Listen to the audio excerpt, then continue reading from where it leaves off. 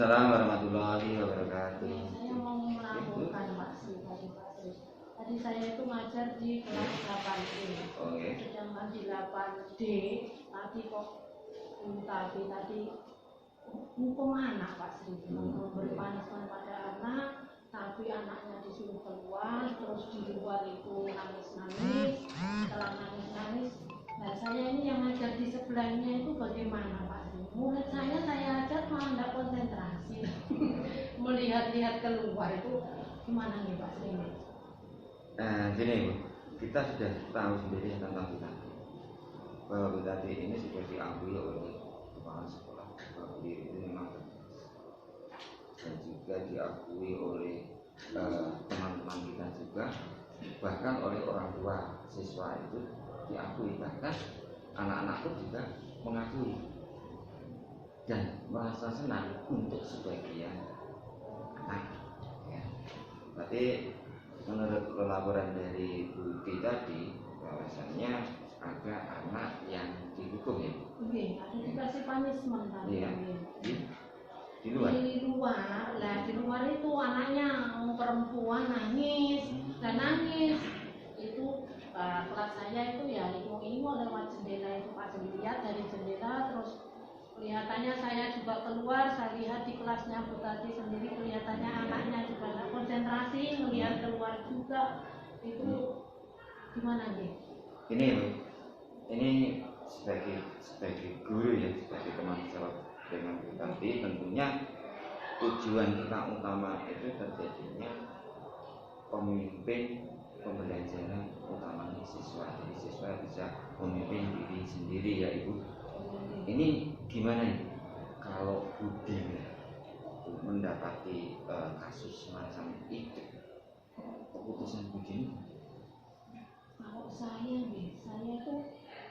sebenarnya juga setuju juga sama Bu Tati dengan pemberian punishment semana itu. Karena satu kan disiplin, dua kita itu kan mengajarkan karakter pada anak juga. Yang ketiga kita itu harus memberi contoh.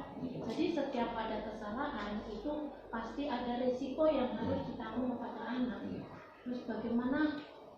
Tapi menurut saya kalau di waktu jam pelajaran itu punishmentnya sampai anak mengganggu dengan kelas yang lain, saya sebenarnya agak kurang setuju. Tapi sikap Bu Tati tadi sebenarnya juga benar Pak. Terus anak yang diberi itu mungkin juga dia juga tidak mengerjakan tugas atau yang lainnya. Tapi bagaimana nih? Kalau mengganggu kelas yang lain itu saya agak gimana, karena jamnya yang bersamaan, terus kelas-kelas yang lain tadi saya lihat juga melihat keluar ya Pak itu. Nah, jadi gitu. Apa ini gitu? Sebaiknya kalau saya melakukan pendekatan sama berarti untuk sesama guru, misalkan nanti memberikan manis boleh, untuk kedisiplinan anak boleh, tapi porsinya maksudnya melihat situasi gitu loh Pak. Melihat situasi, misalnya saat itu kita pelajaran, apalagi tadi jam pertama tadi melihat pelajarannya kelihatannya kalau jam pertama itu anak biasanya lebih konsentrasinya lebih baik, jadinya punishnya tidak mengganggu kelas yang lain. Mungkin misalnya memberi punishnya jangan mengganggu kelas yang lain, itu misalnya tidak di luar ruangan, atau mungkin diberi tugas yang mungkin membuat dia jerah sehingga tidak mengganggu kelas yang lain. Atau kalau biar tujuannya bagus sih Pak untuk karakter, agar dia mempunyai rasa malu dengan teman, misalnya diberikan waktunya tidak saat jam pelajaran, misalnya waktu istirahat, atau nanti kalau pulang sekolah. Nah, kalau pulang sekolah itu sebelum pulang sekolah mungkin 5 menit sebelum pulang sekolah dipanggil, baru ditaruh di luar, atau waktu istirahat disuruh menghadap ke bendera apa yang lainnya. Atau kalau itu dianggap terlalu keras, ya bisa dikasih tugas lah, misalnya menulis apa atau membuat tugas yang tidak dia buat, sehingga waktunya itu tidak mengganggu kelas yang lain. Itu seperti itu nek saya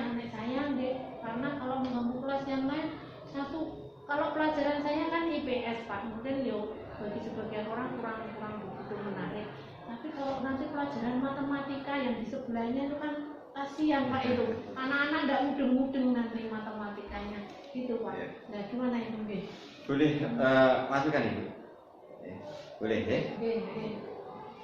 Ini Bu, ini saya dapat teori ya. Ada istilah dilema etika, di mana kita membuat satu keputusan di antara dua-duanya benar, akan menimbulkan dilema.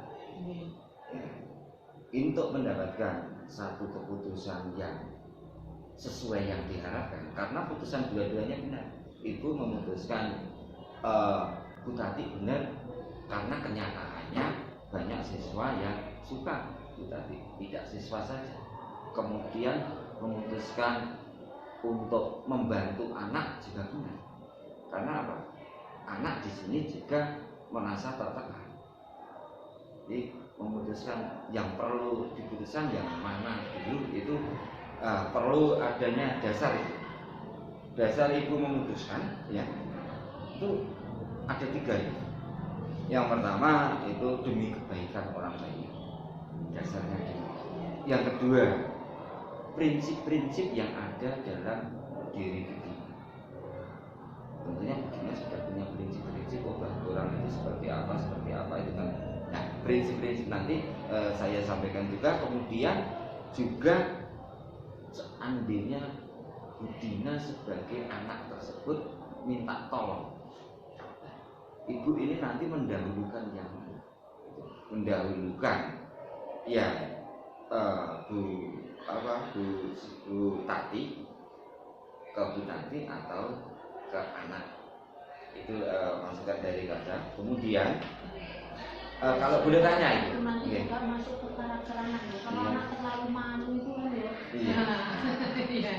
Anak yang dihukum kan biasanya terus malu, minder, kan? Psikologisnya kan juga kena itu Pak. Kemudian juga ada hal lain tentang prinsip ya. Prinsip dalam mengambil suatu keputusan. Prinsip akan satu hasil akhir. Hasil yang didahulukan itu hasil akhirnya. Kemudian yang kedua prinsip peraturan. Peraturannya seperti ini. Kemudian prinsip rasa peduli. Dalam mengambil keputusan hendaknya Budina itu mengambil salah satu. Kalau mengambil semuanya nanti nggak akan ada putusan. Tentukan itu dari ketiga prinsip itu, tentukan coba prinsip Budina apa untuk mengambil keputusan itu. Biasanya yang menetapkan peraturan itu Pak, karakter peraturan. Dengan peraturan ditegakkan, maka kita akan memperoleh hasil akhir yang bagus. Di sini begitu, mesti.